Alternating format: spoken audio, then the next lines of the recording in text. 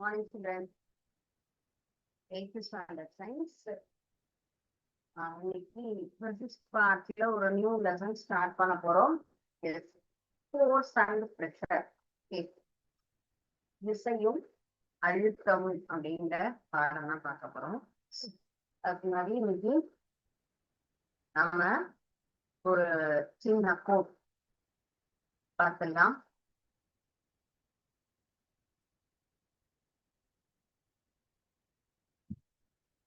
இன்று சுவாமி விவேகானந்தர் அவர்களுடைய நினைவு நாள்.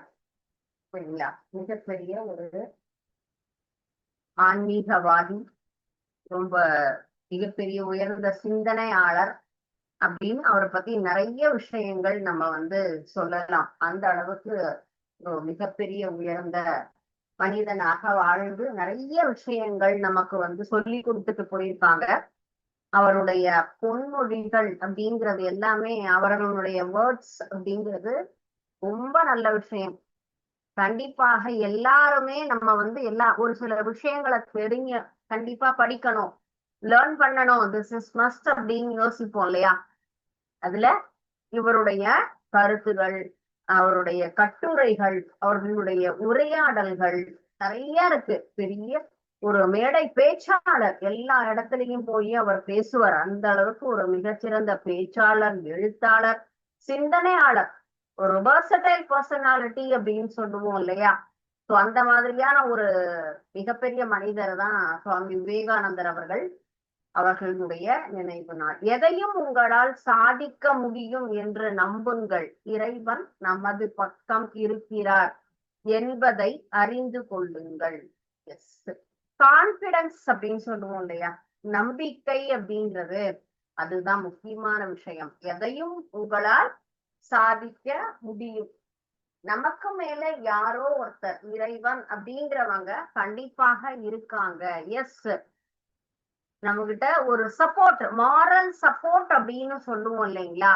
மாரல் சப்போர்ட் அப்படின்னு சொன்னா, இப்போ ஒரு சின்ன குழந்தை நடக்க பழகிறாங்கன்னு சொன்னா என்ன பண்ணுவாங்க? ஏதோ ஒரு சப்போர்ட் வேணும். ஒரு சின்ன நம்மளோட கைய விரல பிடிச்சிட்டு என்ன பண்ணுவாங்க? நம்ம அவங்கள பிடிச்சிருக்கோமோ இல்லையோ, ஆனா அவங்க நடந்துருவாங்க. இப்போ சைக்கிள்லாம் நம்ம லேர்ன் பண்றோம் அப்படின்னு சொன்னா, கத்துக்கிறோம்னா முதல்ல ஒரு 1 or 2 days ஃபுல்லா கிரிப் கொடுத்து நம்ம கூடவே வருவாங்க. அதுக்கப்புறமா நம்ம சும்மா அவங்களுக்கு தேவை, அம்மா பிடிச்சிட்டு இருக்காங்களா, அப்பா நம்ம சைக்கிள பிடிச்சிட்டு இருக்காரா, நம்ம கீழே விழுந்துருவோமா அப்படிமோ, பட் அம்மா பின்னாடி இப்படி கையை கொண்டுதான் வச்சிருப்பாங்க, அப்பா வச்சிருப்பாரு. ஆனா அப்பா பிடிச்சிட்டு இருக்காருன்னா நம்ம விழ மாட்டோம். அப்படிங்கிற ஒரு நமக்குள்ளார ஒரு நம்பிக்கை வரும் இல்லைங்களா? அது போலதான் நம்முடைய வாழ்க்கையில நம்மளால எல்லாமே சாதிக்க முடியும். என்னால் முடியாதது யாராலையும் முடியாது அப்படிங்கிற எண்ணம் நமக்கு எப்பயுமே வரணும். கடவுள் நம்ம நேர்மையாக உண்மையாக உழைச்சோம் அப்படின்னு சொன்னா நமக்கு எப்பொழுதும் ஆதரவு இருக்கும், நம்ம சாதிப்போம் அப்படிங்கிறது தான் இந்த பொன்மொழியினுடைய கருத்து. அடுத்து ஒரு சில நிறைய பொன்மொழிகள் இருக்கு, சொல்றேன் பாருங்க. நீ எதை நினைக்கிறாயோ அதுவாகவே ஆகிறாய். உன்னை வலிமை உடையவன் என்று நினைத்தால் வலிமை படைத்தவன். எஸ், என்னால முடியும். ஒரு சின்ன ஒரு பிட் பேப்பரை எடுக்கணும் அப்படின்னா கூட என்னால முடியும் அப்படிங்கிறது.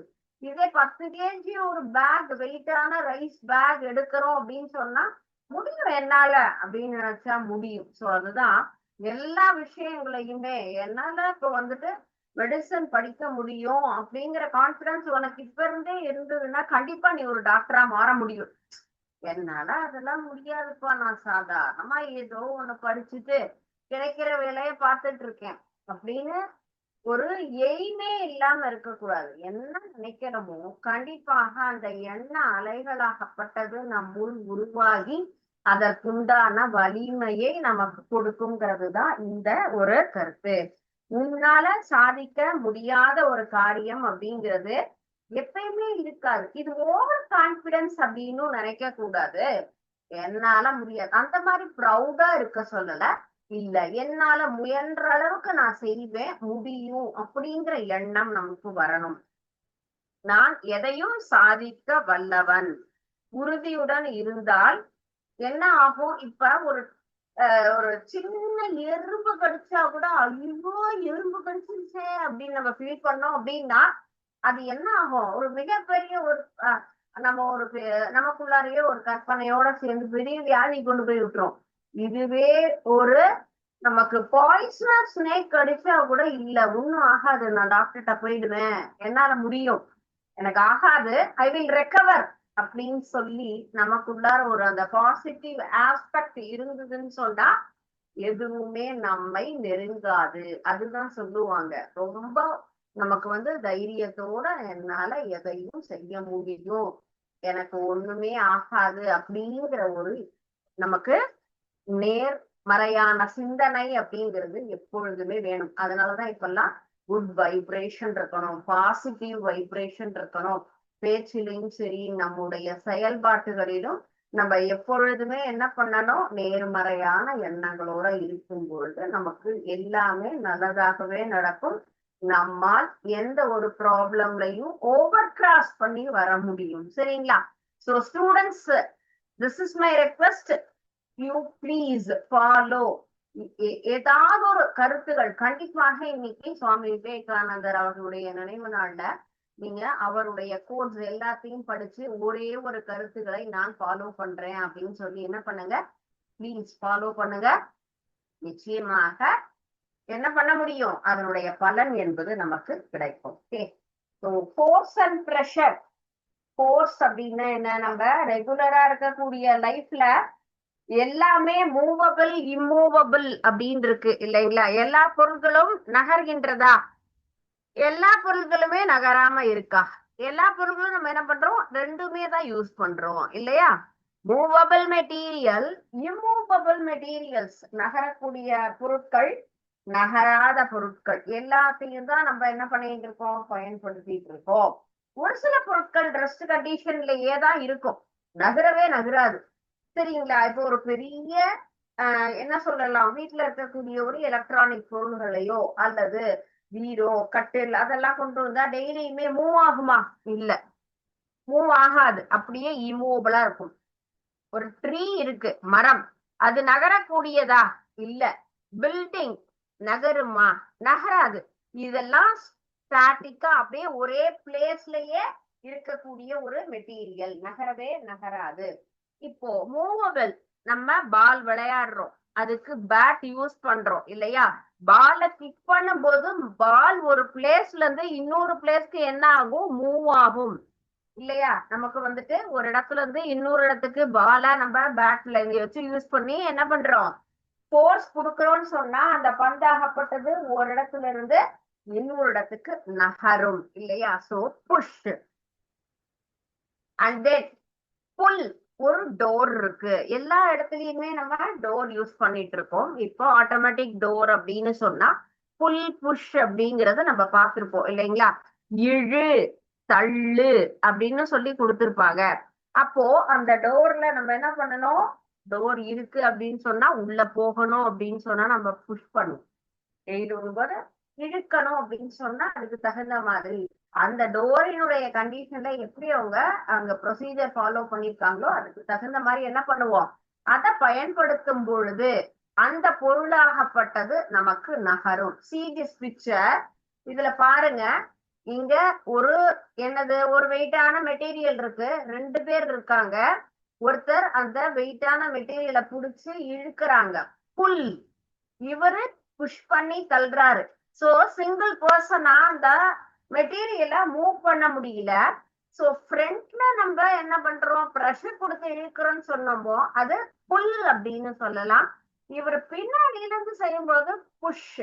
இன்னும் அதுக்கு அவருக்கு அவருடைய ஒர்க்கை இன்னும் மினிமைஸ் பண்ணணுங்கிறதுக்காக புஷ் பண்றாங்க. சோ இதுதான் நம்ம பார்க்கக்கூடிய விசை அப்படின்னு நம்ம சொல்றோம்னா அது எவ்வாறெல்லாம் செயல்படுகிறது அப்படிங்கிறதுதான். அதை நம்ம டோரை ஓபன் பண்றதா இருக்கலாம், அல்லது நம்ம பால் விளையாடுறதா இருக்கலாம், எந்த விஷயங்களா இருந்தாலுமே அதற்கு நம்ம என்ன பண்றோம்? ஒரு ஃபோர்ஸ் கொடுத்துதான் அந்த செயல்களை செய்யறோம். விசைங்கிறது ஒரு பொருளை ஓய்வு நிலையோ அல்லது ஓய்வு நிலையில இருக்கக்கூடிய பொருளை மூவிங் கண்டிஷனுக்கும் கொண்டு வரக்கூடிய ஒரு வேலை. இது என்ன பண்றோம், இப்போ நகராம இருக்கக்கூடிய பொருளை நகர்த்துறோம். ஒரு இடத்துல இருந்து இன்னொரு இடத்துக்கு நமக்கு நகர்த்தக்கூடிய செயல் அப்படின்னு சொல்றதுதான் இப்போ நம்ம பார்த்த இந்த ஆக்டிவிட்டி, இந்த ஒரு பிக்சர். ஓகே, சோ விசை அப்படின்னு சொன்னா என்னது, நம்ம நம்ம வாழ்க்கையில எல்லா இடத்துலயுமே எல்லா பொருள்களையும் நகர்த்தறோம், செய்யறோம் இல்லையா? அந்த மாதிரி இருக்கும் பொழுது அங்க ஃபோர்ஸ் அப்படின்னு கொடுத்துதான் அந்த பொருளை நம்ம நகர்த்தறோம் அப்படின்னு சொல்லலாம். சோ என்னென்ன ஆக்டிவிட்டிஸ் எல்லாம் சொல்லலாம், கிக்கிங் எ ஃபுட்பால், ஸ்ட்ரைக்கிங் எ கேரம்.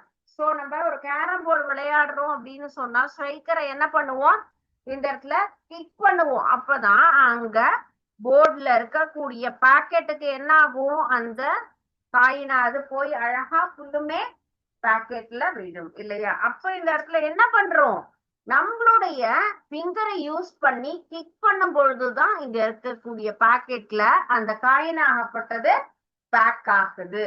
அப்போ அங்க என்ன பண்றோம், ஃபோர்ஸ் பண்றோம். ஒரு பால் விளையாடுறாங்க ரெண்டு பேர். சோ பால் விளையாடும் பொழுது ஒருத்தர் இங்க இருந்து என்ன பண்ணுவாங்க, ஃபோர்ஸா தள்ளுவாங்க. இத நம்ம வந்துட்டு ஃபுட்பால் அப்படின்னு எடுத்துக்கலாம். ஃபுட்பால் அப்படிங்கும் போது என்ன பண்ணுவோம், காலால கிக் பண்ணுவோம். அப்ப உதைக்கும் போது இந்த பால் இங்க திருப்பியும் இங்க ரீச் ஆகும். அப்போ எந்த அளவுக்கு போர்ஸ் கொடுக்கறோமோ அப்பதான் இங்க நமக்கு பால் ஆகப்பட்டது ஆப்போசிட் சைட்ல கரெக்டா.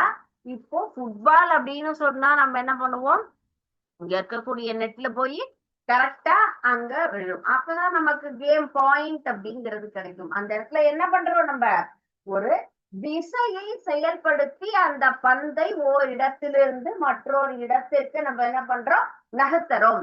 External energy is supply in this place. நாம் வெளிப்புறத்திலிருந்து ஒரு வகையான விசையை செலுத்தும் பொழுது இந்த பந்தாகப்பட்டது ஓரிடத்திலிருந்து மற்றொரு இடத்திற்கு என்ன ஆகுது, நகருது. Force can either set an object rest into motion or moving to object to rest. அது நகர்ந்து கொண்டிருக்கக்கூடிய பொருள் அப்படிங்களாம். பஸ்ல நம்ம என்ன பண்றோம், டிராவல் பண்ணிட்டு இருக்கோம், பஸ் எல்லா பிளேஸ்க்கும் போயிட்டு வந்துட்டு பஸ் ஸ்டாண்டுக்கு வந்துட்டாங்க அப்படின்னு சொன்னா டிரைவர் என்ன பண்ணுவாரு, அத ரெஸ்ட் கண்டிஷனுக்கு கொண்டு போய் அந்த பிளேஸ்ல அத கரெக்டா நிறுத்திடுவாங்க. அதர்வைஸ் ஏர்லி மார்னிங் அப்ப ஸ்டார்ட் பண்றாங்கன்னு சொன்னா அந்த பஸ்ஸ என்ன பண்ணுவாங்க, அந்த பிளேஸ்ல இருந்து அவங்க மூவ் பண்ணி கொண்டு போகவாங்க. அப்ப அங்க ஒரு ஃபோர்ஸ் தேவைப்படுது.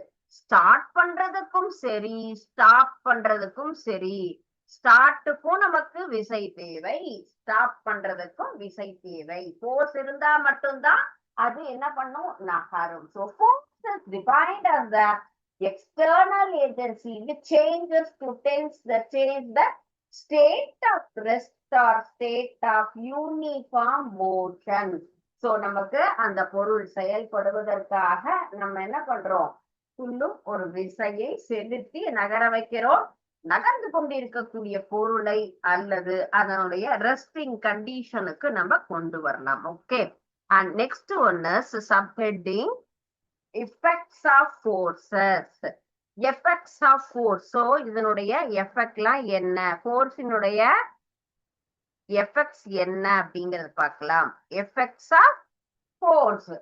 சோ நம்ம ஒரு கேம் விளையாடுறோம். என்ன கேம் விளையாடுறோம், நார்மலா எல்லாருக்குமே ரொம்ப பிடிச்ச ஒரு கேம்னா கிரிக்கெட் பேட். சோ கிரிக்கெட் விளையாடுறோம் அப்படின்னு சொல்லும் போது அந்த பந்தை என்ன பண்றோம், நம்ம அந்த இடத்துல ப்ராப்பரான ஒரு பிளேஸ்ல இருந்து நம்ம கரெக்டா அந்த மட்டையில பந்தை வச்சு என்ன பண்ணுவோம், ஃபுல்லா வேகமாக இங்கிருந்து நம்ம ஒருத்தர் பவுலர் என்ன பண்றாங்க, பால போடும்போது அந்த பந்தாகப்பட்டது இங்க வருது.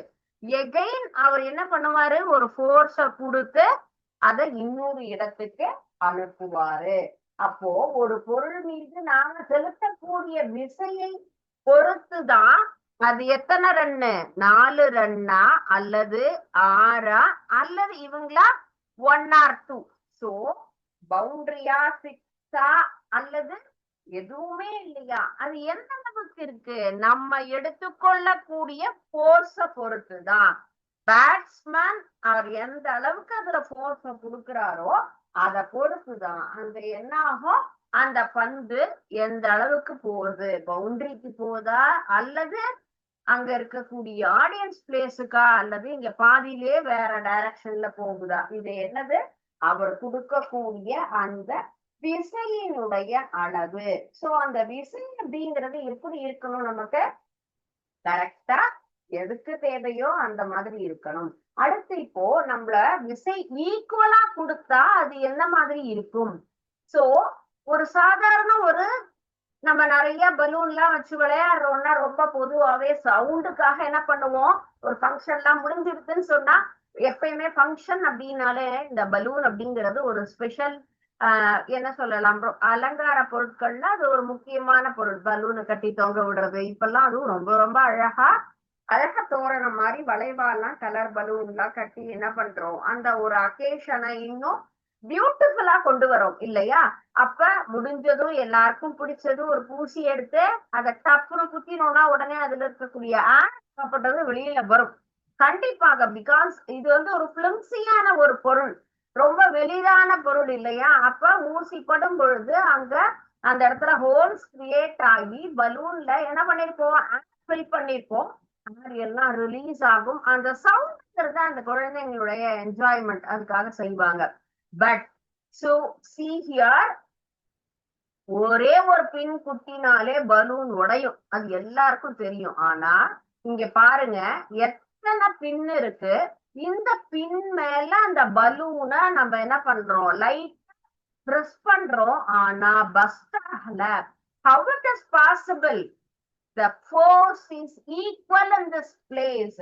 அந்த ஒரு ஊசியை கொண்டு பலூன்ல அழுத்தினா வெடிக்கக்கூடிய அளவுல இருக்க பலூனு பல ஊசி அழுத்தினாலும் வெடிக்கல அப்படின்னு சொன்னா அது என்ன பண்ணுது, அந்த பிரஷர்ங்கிறது ஈக்குவலா எல்லா இடங்களிலும் இருக்கும் பொழுது அப்போ அந்த பலூன் ஆகப்பட்டது காற்றை வெளியேற்றாது. சோ இங்க செயல்படக்கூடிய விசைங்கிறது இந்த எக்ஸ்டர்னல் இந்த பிளேஸ்ல ஈக்குவலா ஷேர் ஆயிருக்கு. So that balloon is not first. அந்த காரணத்தாலதான் அங்க பலூன் என்ன ஆகல, நமக்கு வெடிக்கல. ஓகே, அப்ப புற விசை நம்ம வந்து எவ்வளவு போர்ஸா கொடுத்தாலும் பந்த நம்ம கிரிக்கெட்ல பார்க்கும் பொழுது எவ்வளவு போர்ஸ் எக்ஸ்டர்னல் போர்ஸ் கொடுக்குறோங்கிற பொறுத்து ரன் ரேட் நமக்கு மாறுது. ஆனா ரன்னுடைய நமக்கு வந்து 4ஆ 6ஆங்கிறது அவங்க அந்த பந்து மேல கொடுக்கக்கூடிய விசை ஹியர். ஆனா இந்த புற விசைங்கிறது இந்த external force is equal in all places.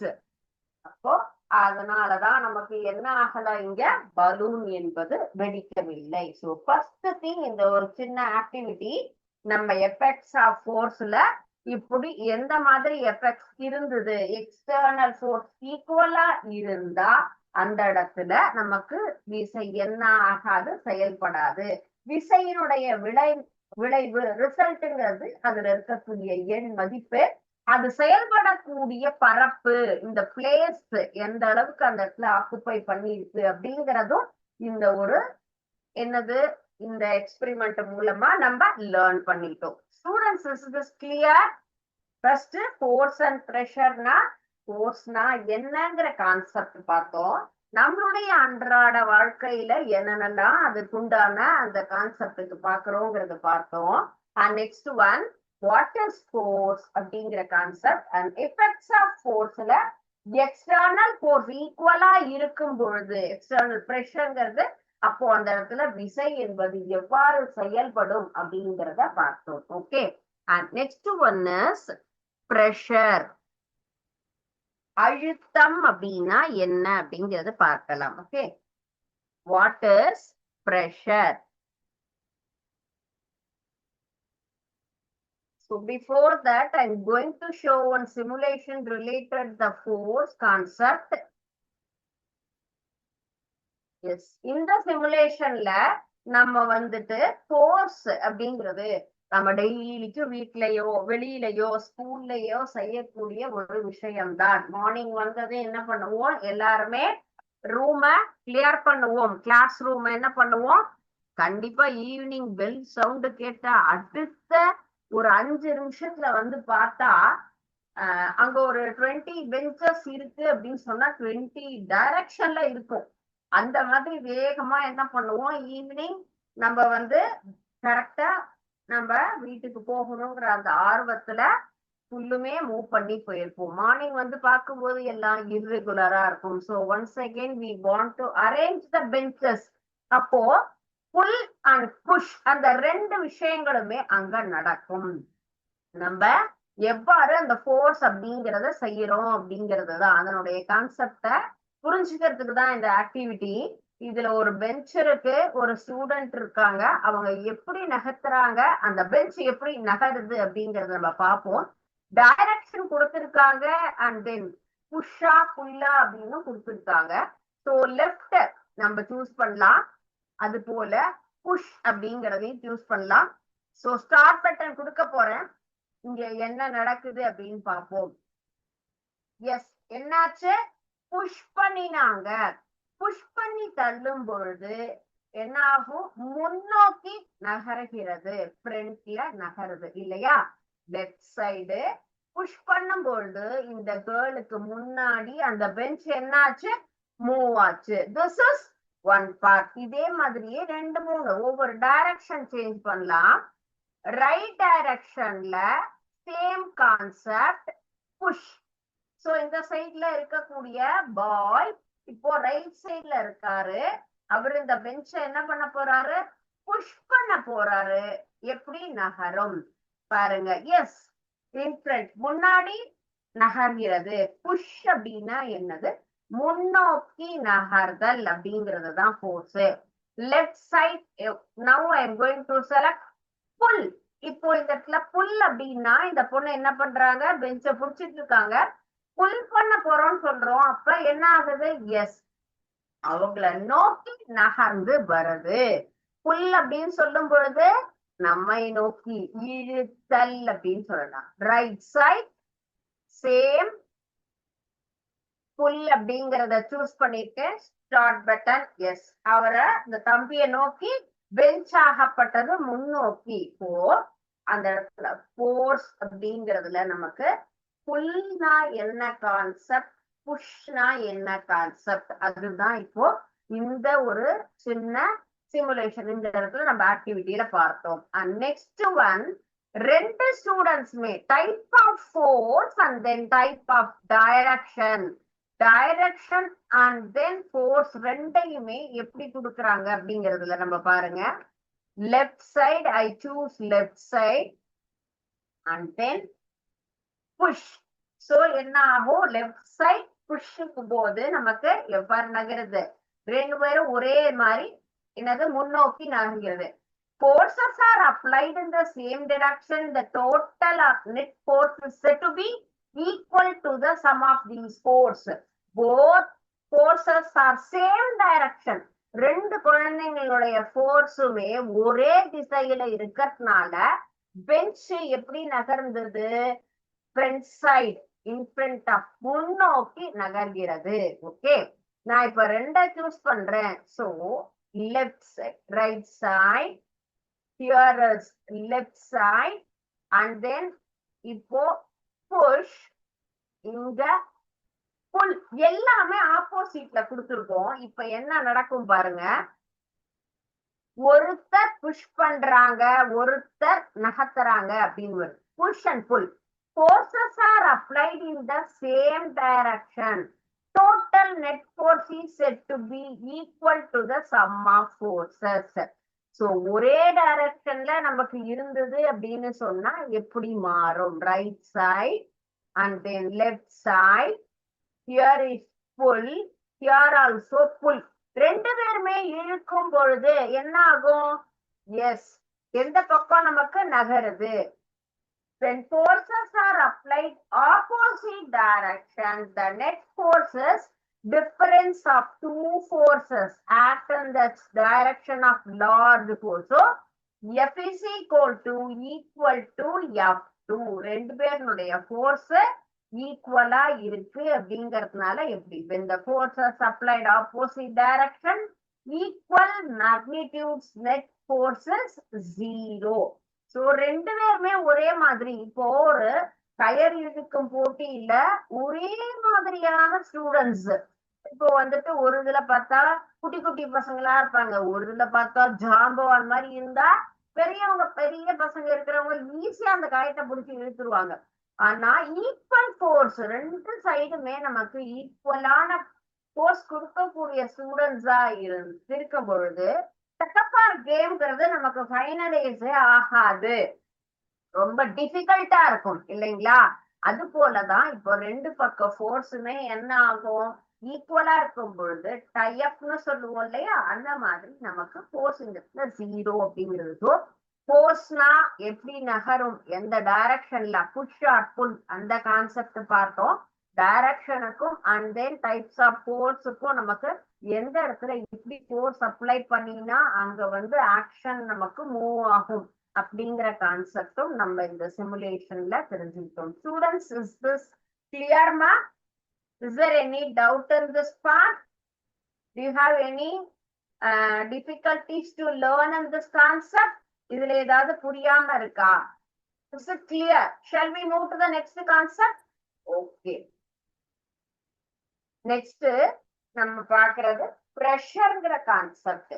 Pressure effect of force can be measured using the physical quantity.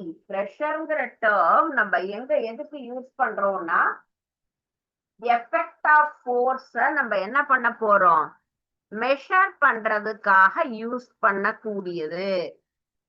Effect of force can be measured, அளவிடுவதற்காக நாம் பயன்படுத்தக்கூடிய ஒரு விஷயம். யூசிங் எ பிசிக்கல் குவான்டிட்டி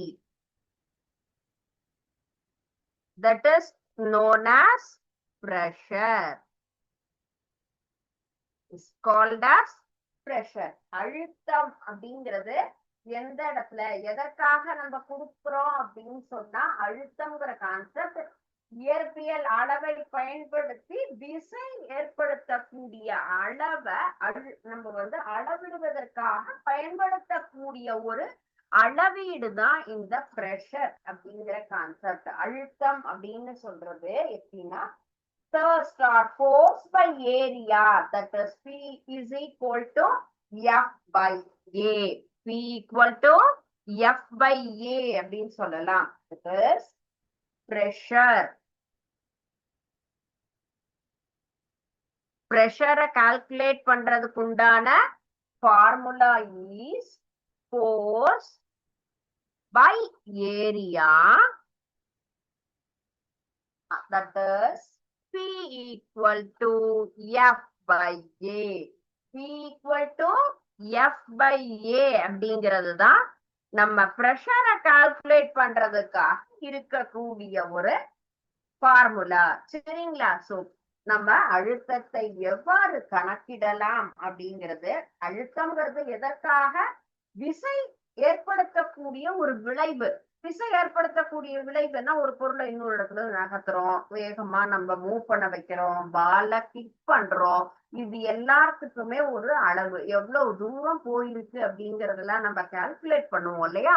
அதற்குண்டான ஃபார்முலா என்னங்கிறது தான் நம்ம அதற்குண்டான அளவீடு பிரஷர்ங்கிறது. ஃபோர்ஸ் பை ஏரியா, ஏரியா எந்த அளவுக்கு கவர் ஆகுதுங்கிறது, ஃபோர்ஸ்ங்கிறது எந்த அளவுக்கு ஃபோர்ஸ் நம்ம கொடுக்குறோம் அப்படிங்கிறது தான். சரியாப்பா? Okay. SI unit of pressure அப்படிங்கிறது pascal. What is the unit அப்படின்னா, ஒவ்வொன்றுக்கும் நமக்கு என்ன தெரியணும், யூனிட் தெரியணும். Yes, unit of pressure is pascal. That is 1 Nm square. Okay, that is 1 m. இதுதான் இதனுடைய அளவு, 1 m பர் -2. பாஸ்கல் அப்படின்னு சொல்லக்கூடியது 1 m நியூட்டன் மீட்டர் பர் -2 அப்படிங்கிறது தான் இதனுடைய அலகு. Pressure exerted by a force depends on the magnitude of force and the area of contact. எந்த அளவுக்கு ஏரியாவில் அது வந்து ஃபுல்லுமே தொடர்போட, நம்ம பார்த்தோம்ல அந்த பலூன்ல எந்த அளவுக்கு ஃபோர்ஸ்ல அந்த பின் எல்லாம் பதிஞ்சிருக்கு அப்படின்னு நம்ம பாக்குறோம். எவ்வளவு ஏரியா கவர் ஆயிருக்கு அப்படின்னு பார்த்தோம். அதே போல எந்த அளவுக்கு ஃபோர்ஸ் அதுல அப்ளை பண்றோம் அப்படிங்கறதும் பொறுத்துதான். So effect of pressure can be increase by the thrust of decreasing the surface. Okay.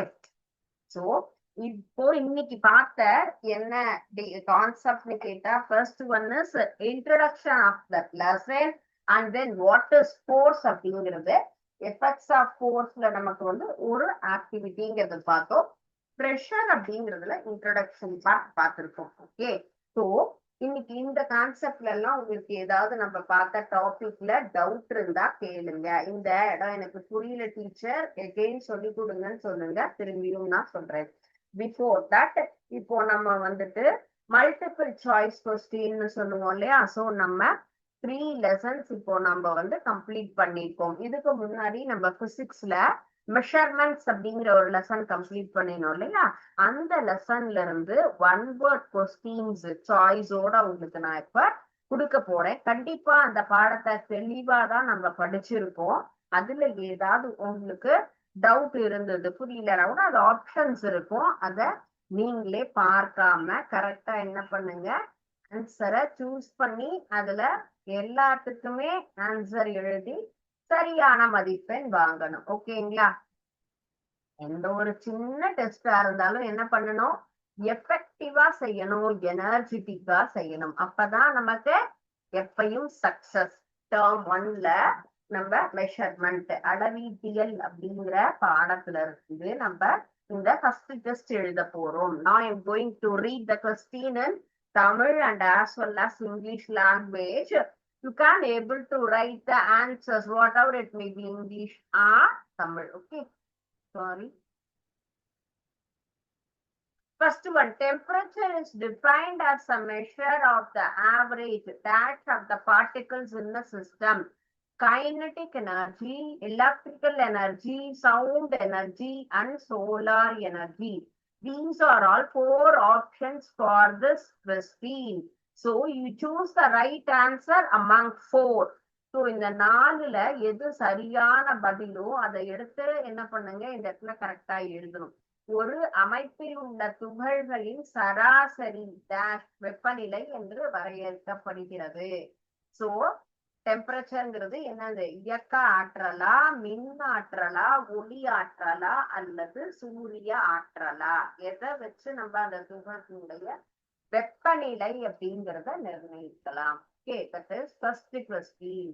Second question, symbol of the temperature, வெப்பநிலையினுடைய அலகு, S, K, A and mole.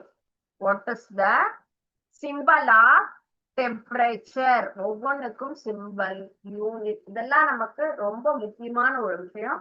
இந்த லெசன்ல நம்ம நிறைய கத்துக்கிட்டதே அந்த சிம்பல், அந்த கான்செப்ட் எல்லாம் தான். Okay. Third question, electric charge is measured in Kelvin, mole, feet or coulomb. So electrical charge நம்ம மெஷர் பண்றோம் அப்படின்னு சொன்னா எதை நம்ம பயன்படுத்தணும் அப்படின்னு, மின்னூட்டம் டேஷ் என்ற அலகினால் அளவிடப்படுகிறது. கெல்வின், மோல், அடி, கூலும். சோ மின்னூட்டத்தை நாம் அளவிடுவதற்கு எந்த அலகினை பயன்படுத்துகிறோம் அப்படிங்கிறது தான் இதுல சரியான பதிலை எடுத்து எழுதுங்க. Dash is 2-dimensional, solid angle, plane angle. None of these both A and B. இரு பரிமாணம் கொண்ட கோணம் எது, திண்ம கோணமா, தலக்கோணமா, இல்ல இரண்டுமே இல்லையா, ரெண்டுமே வா. சோ இந்த ஆப்ஷன்ல எது சரியானது, 1 or 2 or 3 or 4. You choose the right answer for this question. நம்ம அந்த கோணம்னு படிச்சோம்ல, அதுல இருந்து வந்த கேள்விதான். A dash is displaced that time directly. எந்த நமக்கு வந்து கடிகாரம் நேரத்தை நேரடியாக காட்டக்கூடியது. Different kinds of clock we learn from that lesson. நிறைய கடிகாரங்களை பற்றிய ஒரு தகவல் அந்த பாடத்தின் மூலம் தெரிஞ்சுக்கிட்டோம் இல்லையா? Atomic clock, analog clock, digital clock, quartz clock. So இதுல அணு கடிகாரமா, ஒப்புமை கடிகாரமா, எண்ணிலக்க வகை கடிகாரமா, குவாட்ஸா, இந்த 4ல எதுல டைரக்டா நமக்கு மணி அப்படிங்கிறது தெரியும்? ஐஎஸ்டி, இந்தியன் ஸ்டாண்டர்ட் டைம்ங்கிறது நமக்கு வந்துட்டு எதோட ஆட் பண்ணுது? ஜிஎம்டியோட நம்ம கரெக்ட் ஆட் பண்ணி சொல்லுவோம். அப்போ எவ்வளவு மணி நேரம் இதுல நம்ம சேர்க்கிறோம் தான்? 5.30, 3.30, 4.305, 3.5 அல்லது 4.5, 5, 5.5, எத்தனை மணி நேரம் ஜிஎம்டியோட ஆட் பண்ணும்போது நம்மளுடைய ஸ்டாண்டர்ட் டைம் அப்படிங்கிறது, இது எல்லாம் ஒரு ஜெனரல் நாலேஜ் கொஸ்டின்ஸ் தான். இதெல்லாம் இன்னைக்கு நம்ம மார்க் தெரிஞ்சுக்கணும் அப்படிங்கிறதுக்காக மாத்திரம் கிடையாது. எப்பயுமே நம்ம இதெல்லாம் லேர்ன் பண்ணணும். நமக்கு பொது அறிவை வளர்க்கக்கூடிய ஒரு வினாக்கள் தான். Dash uses the periodic vibration occurring within the atom. Quartz clock, atomic clock, digital clock, analog clock. எந்த அணுவில் உள்ள ஏற்படும் அதிர்வுகளை அடிப்படையாக கொண்டு குவார்ட்ஸ் கடிகாரமா, அணு கடிகாரமா, எண்ணிலக்க வகையா அல்லது ஒப்புமையா? சோ இது அதிர்வுகளை அடிப்படையாக கொண்டு செயல்படுகின்ற கடிகாரங்கள். Electric current flow of dash unit time. So எதை நம்ம வந்து எலக்ட்ரிக் கரண்ட் சொல்றோம்? என்ன நகருது? எலக்ட்ரானா, புரோட்டானா, நியூட்ரானா? எதுவுமே இல்லையா? குறிப்பிட்ட திசையில் டேஷ் பாய்வதை மின்னோட்டம் என்கிறோம். எலக்ட்ரான், புரோட்டான், நியூட்ரான் எதுவுமே இல்லை. எது நமக்கு எந்த திசையில மூவ் ஆகுது அப்படிங்கறத எலக்ட்ரான் நகருமா, புரோட்டானா, நியூட்ரானா நம்ம மின்னோட்டம்னு சொல்றோம். The SI unit of amount of substance is joule, Kelvin, mole, ampere. SI unit of amount of substance, ஒரு பொருளினுடைய அளவிற்கான SI அலகு என்பது எது? ஜூல், கெல்வின், மோல் அல்லது ஆம்பியர். சோ இந்த 4ல எது சரியான பதில்? நமக்கு பொருளினுடைய அளவிற்கான SI அலகு என்னது?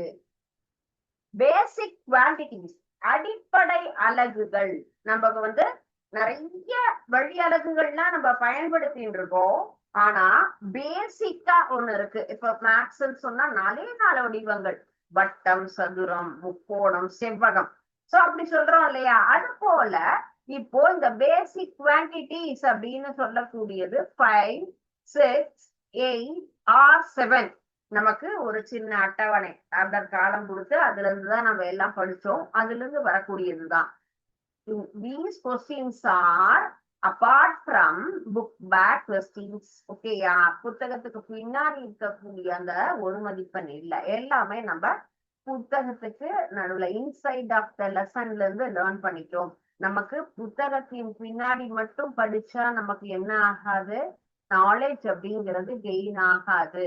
மதிப்பெண் அடிப்படையில் படிக்காமல் நமக்கு நாலேஜ் கெயின் ஆகணும் அப்படிங்கிறது தான் படிப்பு அப்படிங்கிற விஷயம். சோ பாடத்தை முழுவதுமாக படிக்கணும். You read all the part of each and every lesson from nook and corner. சொல்லுவோம் இல்லையா? அட்டையில இருந்து கடைசி வரைக்கும் புத்தகத்தை முழுவதும் படிச்சாதான் நம்ம அந்த புக்ல இருக்கக்கூடிய எல்லா கான்செப்டையும் நாலேஜையும் கெயின் பண்ணிட்டு இருக்கோம் அப்படிங்கிற ஒரு விஷயம். இல்லைன்னா வெறும் கொஸ்டின் ஆன்சர் மட்டும் படிச்சோம்னா நமக்கு அந்த பாடத்தினுடைய முழு கான்செப்ட் நாலேஜ்ங்கிறது என்ன ஆகாது? கெயின் ஆகாது. சோ பாடத்தை எப்பயுமே ஒரு முறை இருமுறை முழுவதுமாக படிக்கணும், கான்செப்ட புரிஞ்சுக்கணும். சோ அந்த மாதிரி படிச்சாதான் நமக்கு நிறைய அறிவு, பொது அறிவு, அந்த பாடத்தினுடைய அறிவுங்கிறதும் நமக்கு இம்ப்ரூவ் ஆகும். சோ இந்த கொஸ்டின்ஸ் எல்லாமே இன்சைட் ஆஃப் த லெசன்ல எடுத்ததுதான். சோ இப்போ இதுல கண்டிப்பா எல்லாருமே நல்ல கரெக்டான ஆன்சர் எழுதி ஃபுல் மார்க் செக்யூர் பண்ணுவீங்க அப்படிங்கிற நம்பிக்கை எனக்கு இருக்கு. சோ இன்னைக்கு பார்த்த கான்செப்ட்ல உங்களுக்கு ஏதாவது டவுட் இருக்கா? நம்ம ஃபோர்ஸ் அண்ட் ப்ரெஷர் அப்படிங்கிற லெசன்ல அதனுடைய introduction, what is force, effect of force and then ப்ரெஷர்னா என்ன அப்படிங்கறதெல்லாம் நம்ம தெரிஞ்சுக்கிட்டோம். ஓகே, சோ அதையும் ஃபுல்லும் பாடத்தை படிச்சுட்டு வாங்க.